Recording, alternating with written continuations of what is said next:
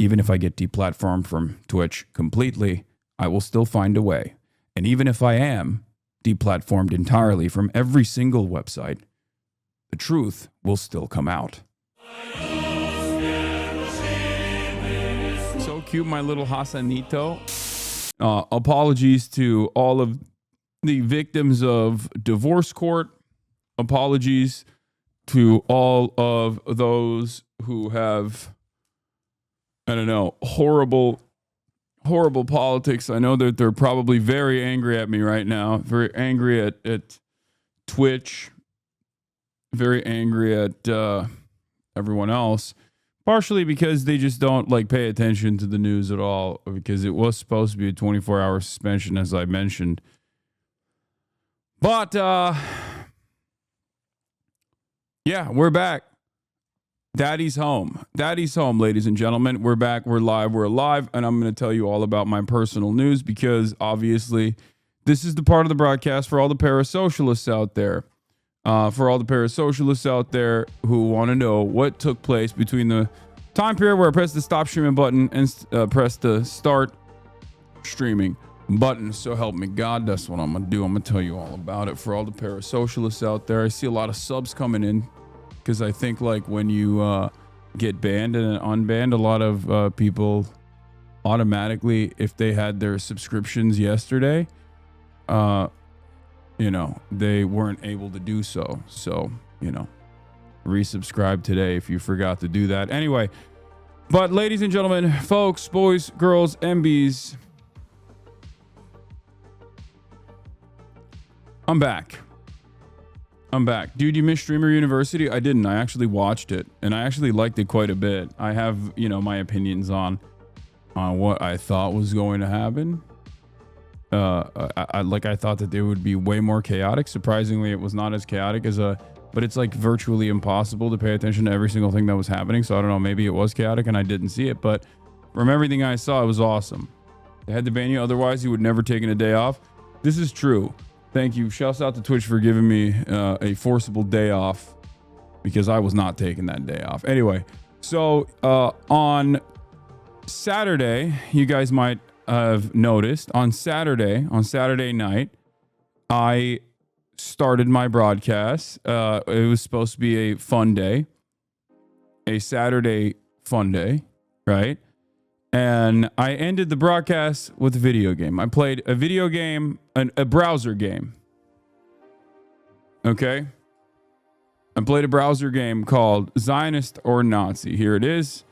This is, if you want to see it, it's the hardest game I've ever played. It's on my YouTube if you want to go take a look at it.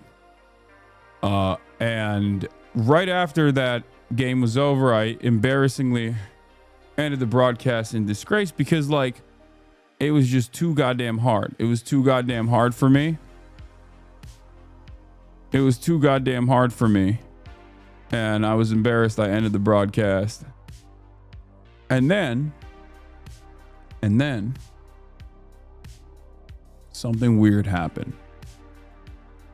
I was in the other room, and I heard my computer start playing some audio of a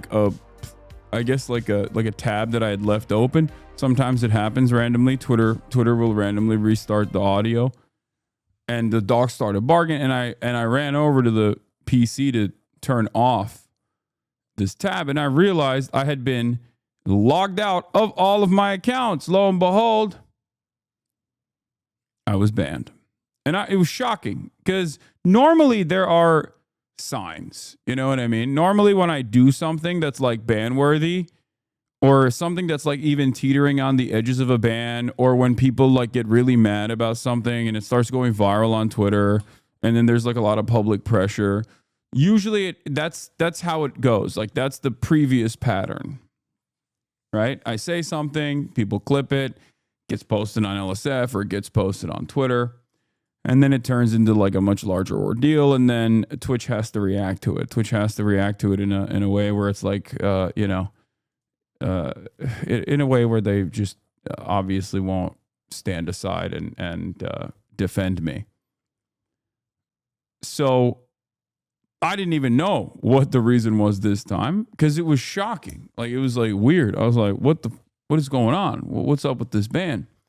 Well, it turns out it was because I had read the manifesto of Elias Gonzalez, the shooter of the Israeli embassy, right? The Israeli embassy staffers that were shot and killed by Elias Gonzalez. I read his manifesto. Now, I always read the manifestos of shooters.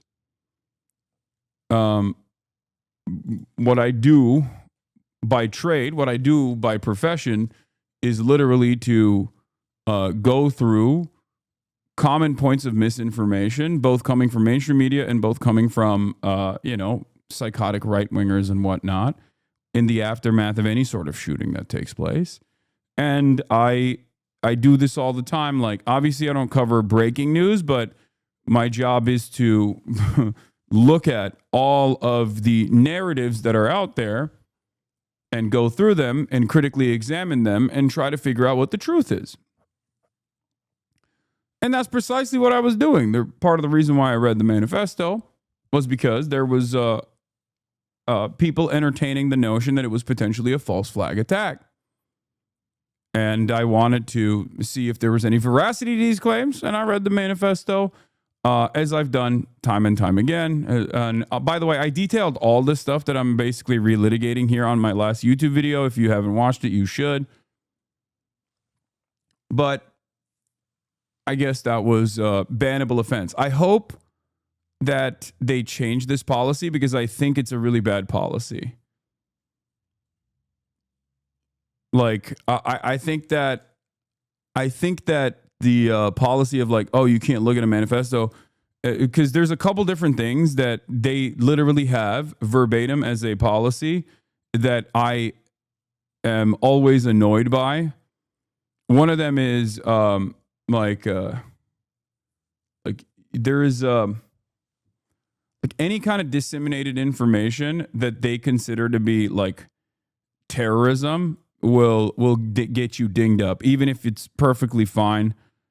Even if it's perfectly fine on Twitter, even if it's perfectly fine on YouTube. Like, Twitch has a way more rigorous application in terms of service, and they will actually punish you for it, which I think is silly. They changed it because of you the first time when people wanted your head for the Houthi video. No, that was always in existence. I think that shouldn't be the case. Like, I think I should be able to watch those types of videos. I have watched those types of videos over and over again. I think it's like really stupid. Having said that, the concept of terrorism in and of itself is already arbitrary. And there's plenty of academic back and forth on this process. It's just like having the platform engage in this like arbitrary designation, depending on what the State Department has decided is like terrorism, is silly.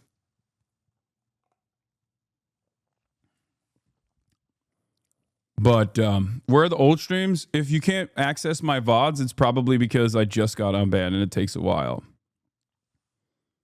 You know?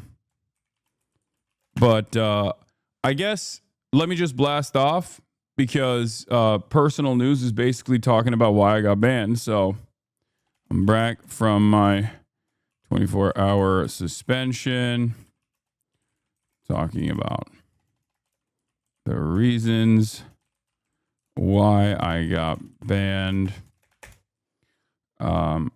Trump calls Vladipoo crazy for Ukraine strikes. Israel blows up another ceasefire proposal as the Trump admin starts looking like Biden, Blinken 2.0, and more. Get in now. Please leave Twitch so I can delete this garbage app. That's the funniest way to demand that I leave Twitch. I don't want to. I would like to continue. I've spent years and years on this platform building a community. I would like to make sure that I can maintain this community that I've built here. But yeah, maybe I'll have to start multi-streaming potentially. This is good. This is Animorphs. Yeah. The Brandonization of Trump is upon us for sure. In any case, YouTube doesn't have offliner chat. No, I know. YouTube has a lot of, there's issues with YouTube as well.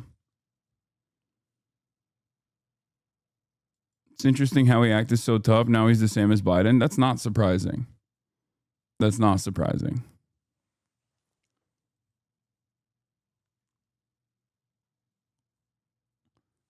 But yeah, I'm thinking about different avenues. I'm thinking about it. Cuz like chat and the back and forth that I have with you guys is one of the most important aspects of this this process, this medium. Like the way I do things. Otherwise, I'm just like a regular ass political commentator. That's what people do. That like this is the most the back and forth conversation, the community component for me is perhaps the most significant aspect of my political commentary and like what I offer. And YouTube unfortunately doesn't have it as good. So I have to find a way to basically make it like make YouTube streaming be as close and as similar to Twitch streaming as possible. But yeah, it's definitely a thought in my mind, make no mistake, more so than ever before, because it does feel like people are going pretty crazy over this.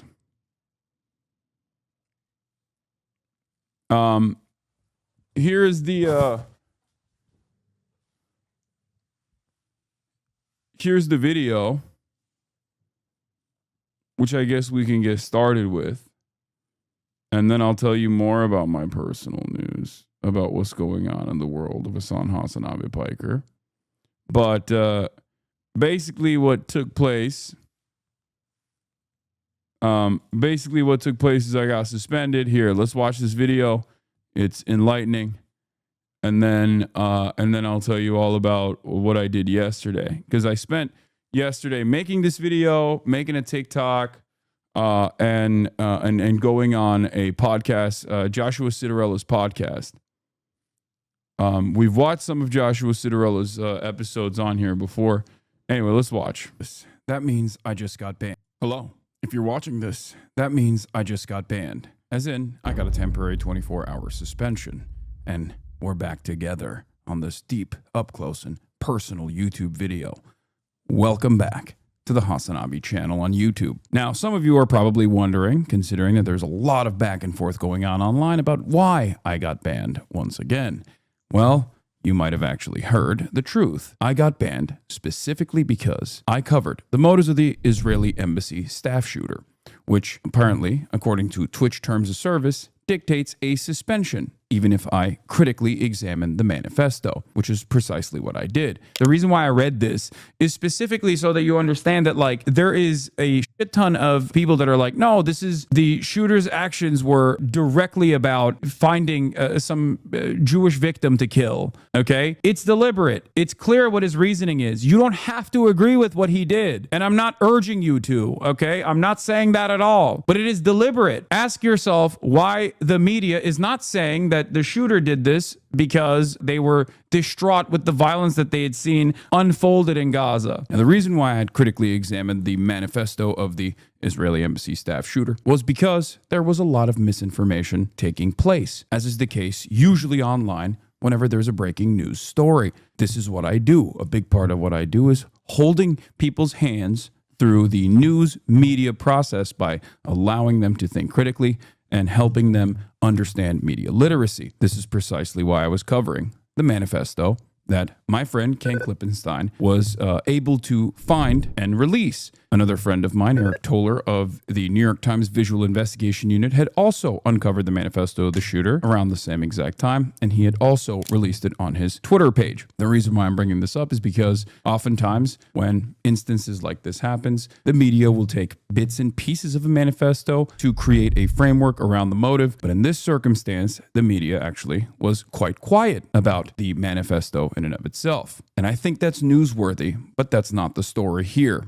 The story is that I got banned for it. I got temporarily suspended because this is a part of the Twitch terms of service. You are not allowed, as it dictates right here in front of me, to even show a violent extremist manifesto on stream while denouncing it. This, I think, is not good for news and press freedom. And I said on Twitter, I'll take the suspension, but I hope Twitch changes its policy in the future. And I do believe they might. Having said that, how do we get here? Especially considering that I had covered manifestos of the Cybertruck explosion. First off, I am not under duress or hostile influence or control. My first car was a 2008 Black Mustang V6 for verification. The Luigi Mangione manifesto. I do apologize for any strife or traumas, but it had to be done. Frankly, these parasites simply had it coming. The Wisconsin school shooter manifesto. Some people think it's pure nothing, but because the hate they make, it ends up killing them without knowing it, which go right ahead. I don't mind, but kind of do at the same time. The literacy rates are abysmal in this country. The manifesto of Ryan Ruth. Dear world, this was an assassination attempt on Donald Trump, but I'm so sorry I failed you. Wait, how did he know? And also the Israeli diplomat shooters manifesto. The atrocities committed by Israelis against Palestine defy description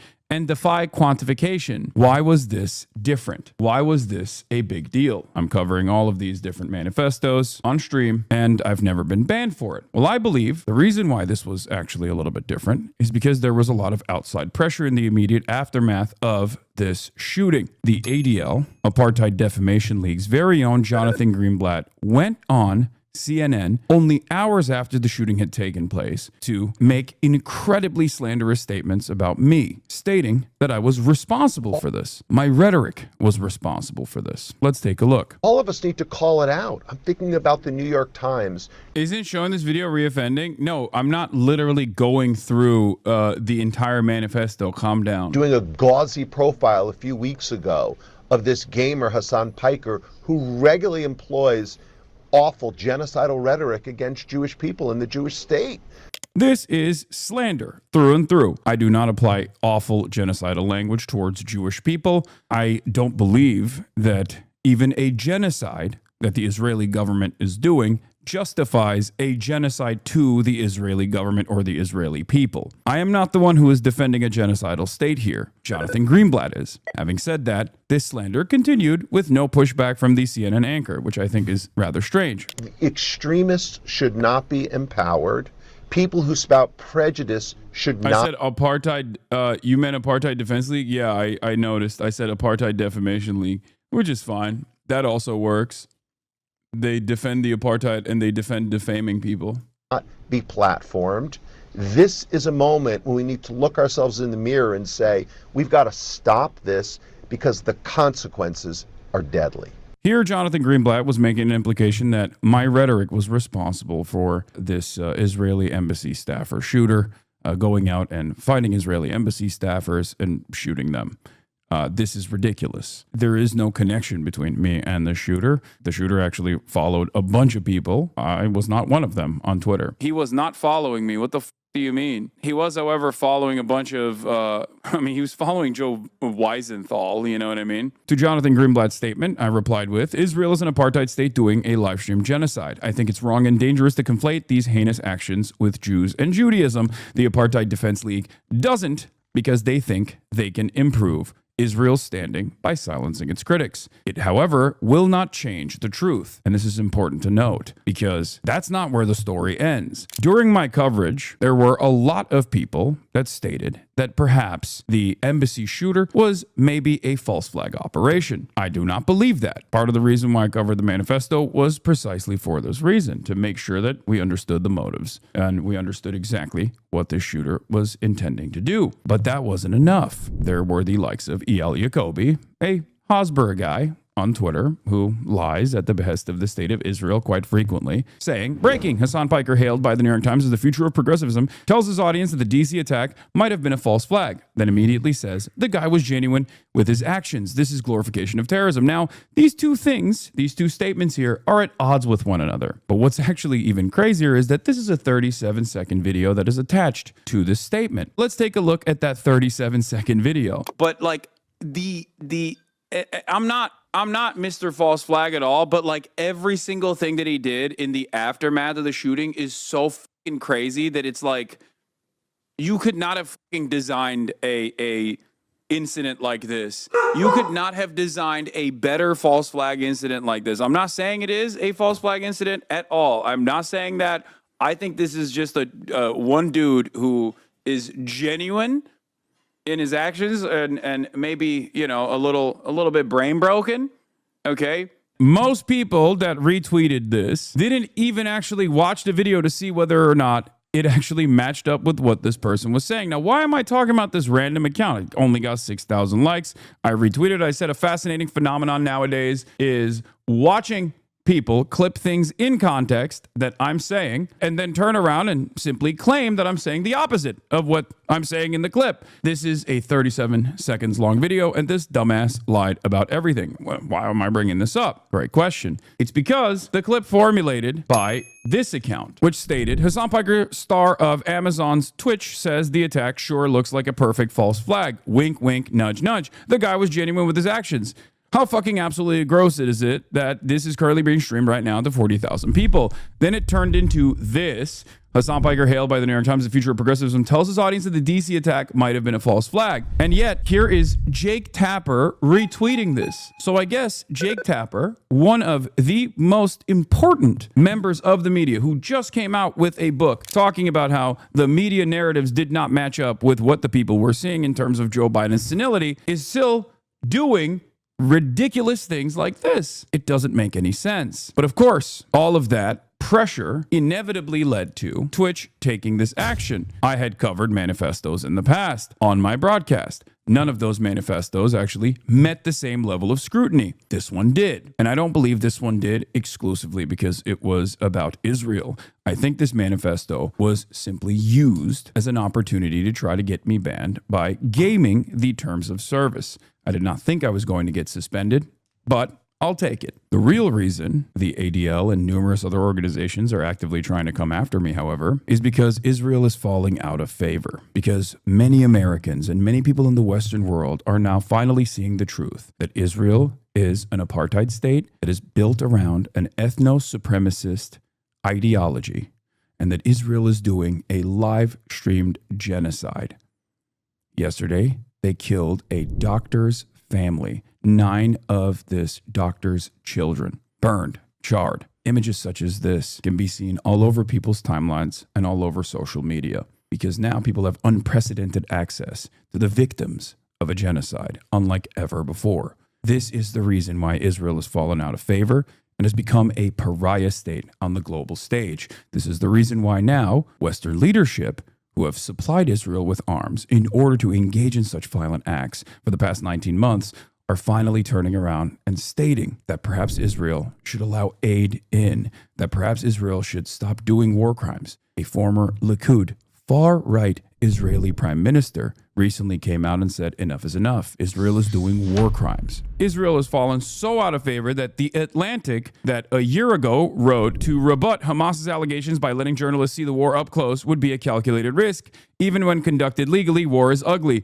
It is possible to kill children legally if, for example, one is being attacked by an enemy who hides behind them. This was written on The Atlantic only a year ago. And now that very same Atlantic magazine is writing articles such as this one. It should not be controversial to plead for Gaza's children. Israel's limits on aid have put the region at critical risk of famine. Help is within reach, but it's not enough and it's arriving too slowly. The reason why the tide is shifting is because the pressure valve is insurmountable. Too many people know exactly what's going on. And as fascist ideology is a suicide cult, it seems like Israel is bringing the rest of the Western leadership down with it. Israel is no longer a democracy. You cannot be a democracy while you want to maintain an ethno-supremacist state that is an apartheid state, and you certainly can't be a democracy while doing a genocide. But the Western world that seemingly was able to abide by and hope that the pressure goes away from the broader public are now being forced to listen to the demands being made by the public. So there is a interesting bargain here ahead of us. Will our politicians listen to our voices and try to maintain the presence of a democratic process, or will they go down with Israel?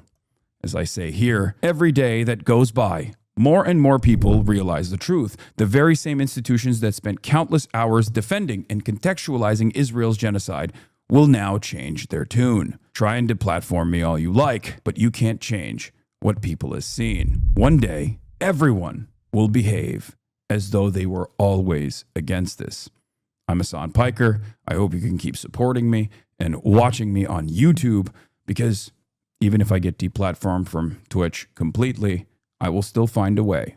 And even if I am deplatformed entirely from every single website, the truth will still come out. On that note, see you on Monday. Bye. Yep. That was a one take Jake take, by the way. I did that basically, stream of conscious. It just had all of the assets lined up ahead of time, and then I just shot that. It was a 60-minute shoot, and it turned into, with a couple of retakes in there, it turned into a 12-minute video, which was, I think, pretty good. I probably should do that more often.